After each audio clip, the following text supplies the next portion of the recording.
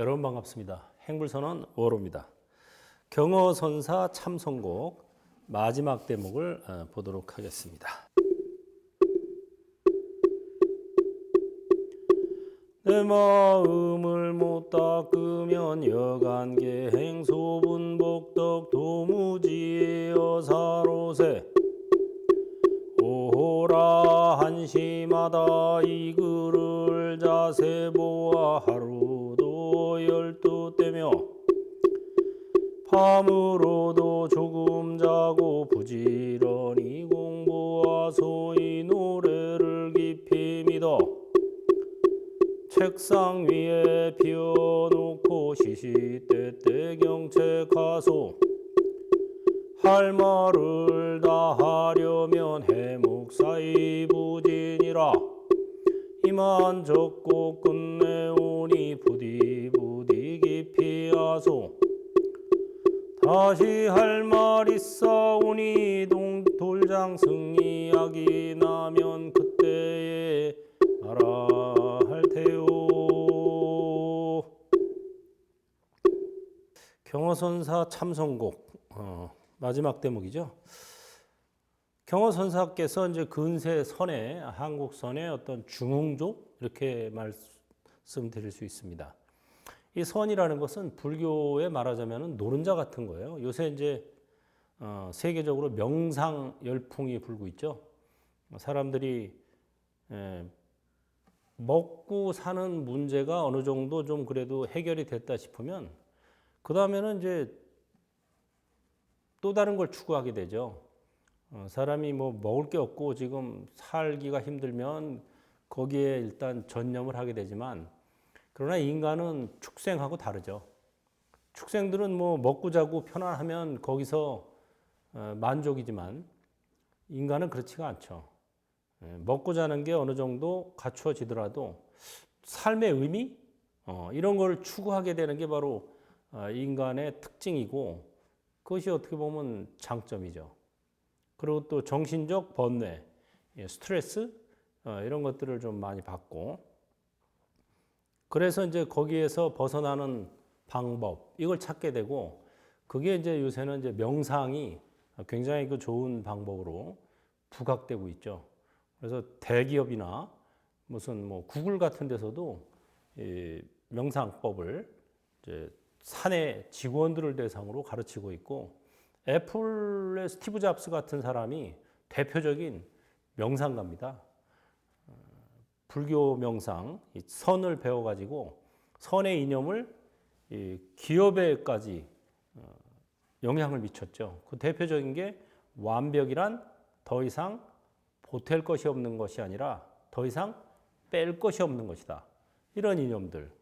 이거는 선에서 공사상을 지금 현대적 용어로 표현한 겁니다. 심지어 스티브 잡스가 출가하려고까지 했어요. 그런데 이제 그 마스터가 참선을 지도하는 스승이 당신은 출가하는 것보다는 세간에 있으면서 선의 이념을 구현하는 게 더 잘 어울릴 것 같다. 그래가지고 이제 나가서 만든 회사가 애플이에요. 그래서 나중에 저 뭐 결혼할 때도 그 선 마스터가 주례를 서줬고 그리고 이제 뭐 여행을 그 일본 그 선사들에게 많이 가고 이랬습니다. 내 마음을 못 닦으면 여간한 계행이나 소분복덕은 도무지 허사다.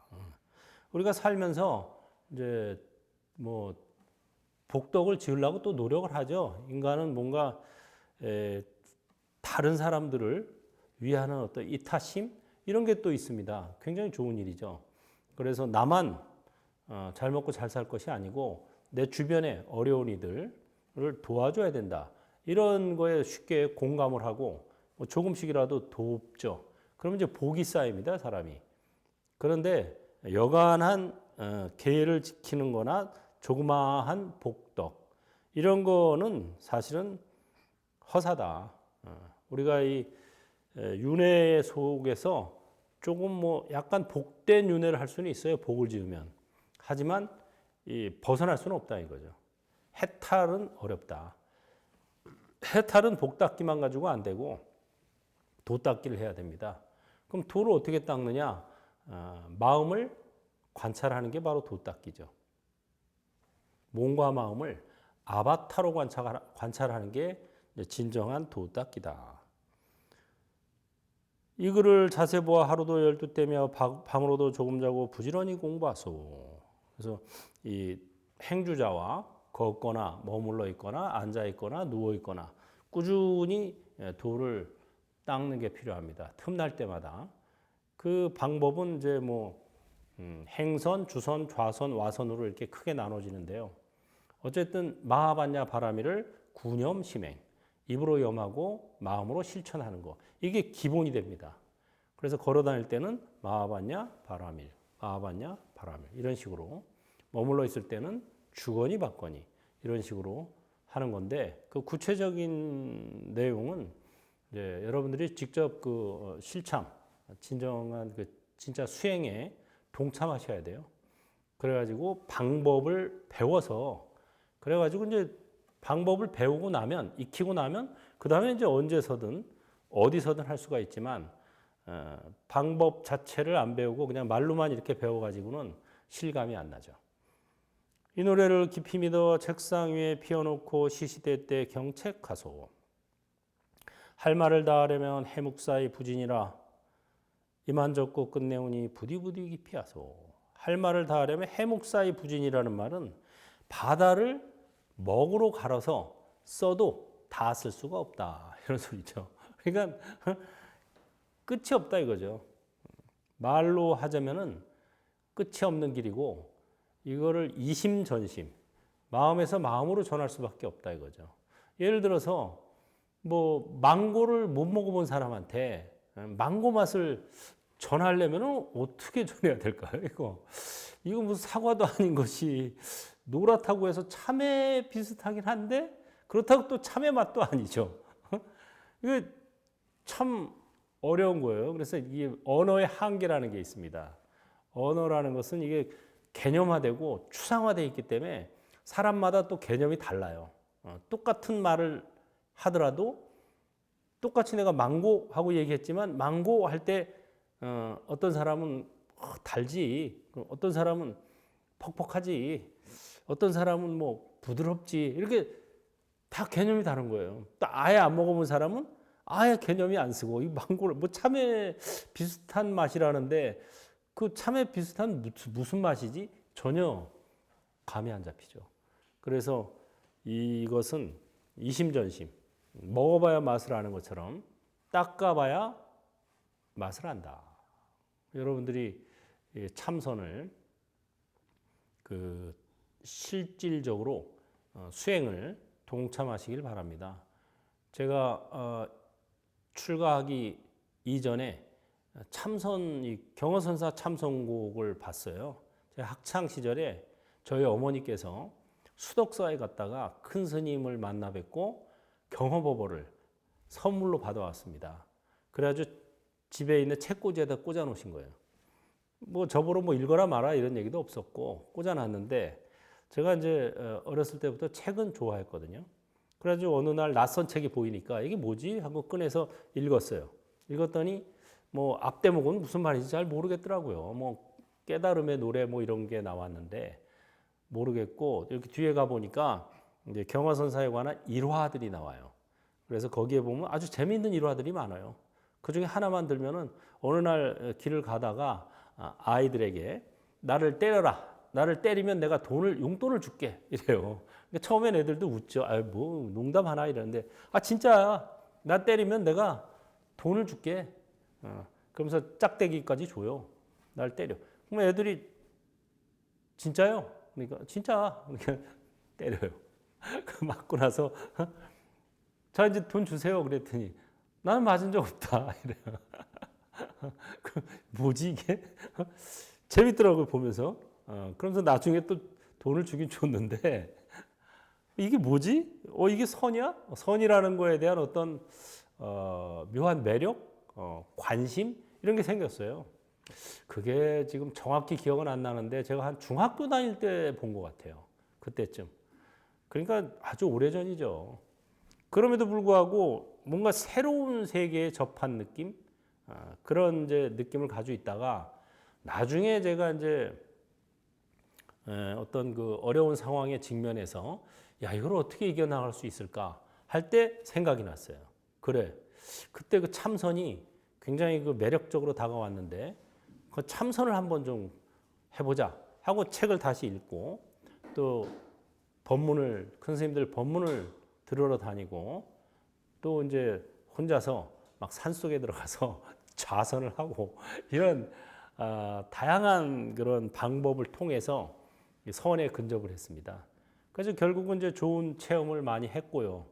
체험은 많이 했는데 이게 지금 내가 올바른 체험을 한 건지 그 다음에 표현을 어떻게 하는 건지 이 두 가지가 궁금했어요. 그래서 제가 동국대학교 선학과 석박사 과정을 다니면서 이걸 이제 해결했죠. 아, 나의 체험이 올바른 체험이구나. 그 다음에 이런 식으로 표현하는 거구나 하는 것을 경전이나 이제 큰 스님들의 선어록을 읽으면서 그런 거를 이제 느꼈죠. 그래서 제가 석사학위 논문은 도원선사의 좌선관이라 그래서 아까 말한 스티브 잡스가 매료된 선이 바로 이 일본 조동종의 묵조선인데 그걸로 석사학위 논문을 썼고 그다음 박사학위 논문은 이제 한국 고려 해심의 간화선 연구라 그래서 이 화두선을 가지고 박사학위 논문을 썼죠. 그래가지고 그 이후에 이제 출가해서 이제 강원 졸업하고 선방 두루두루 다니다가 강의를 하기 시작했고 그래가지고 결국은 이렇게 이제 전법 하는 자리까지 오게 된 거죠. 그래서 저의 전공은 사실 참선입니다. 그 중에서도 간화선. 그 계기가 바로 경어보보에서 시작됐다. 경어보보에서도 참선곡. 이게 이제 저의 어떤 하나의 표준이 된 거죠. 그래서 이 참선곡을 제가 이 법희선열이라는 이런 그 소책자를 만들면서 참선곡을 맨 앞에 놓게 된 겁니다. 다시 할 말이 있사오니 돌장승이 악이 나면 그때 말할 테요. 마지막에 이제 아주 의미심장한 말을 던졌어요. 돌장승이 악이 나면 그때 말할 테요. 돌장승이 악의를 낳는다. 우리 뭐 제주도 가면 그런 돌장승들 있잖아요. 그 어떤 석조로 만든 장승상, 뭐 나무 장승도 있고, 성황당 같은 데 가면 그 나무 장승, 천하 대장군, 지하 여장군 뭐 이렇게 있는데 그 나무 장승이나 돌 장승이 아기를 낳는다?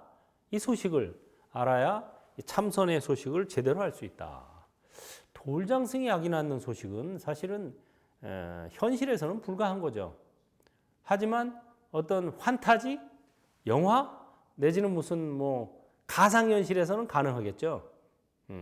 이게 바로 가상현실을 돌장승이 아기 낳는 소식은 가상현실을 얘기하는 거예요.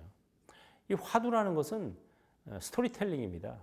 스토리텔링에서 돌장승이 아기 낳는다는 이거 스토리로는 가능하잖아요. 그 스토리텔링에서 갑툭 튀어나오는 거예요. 갑자기 툭 튀어나오는 거예요. 그래가지고 이 세상이 가상현실이라는 걸 깨치는 겁니다. 이 세상은 사실은 가상현실이다. 왜 그럴까요? 모든 존재가 변하죠. 이 고정된 실체가 없어요. 정신적 존재든 물질적 존재든 모든 존재는 변합니다.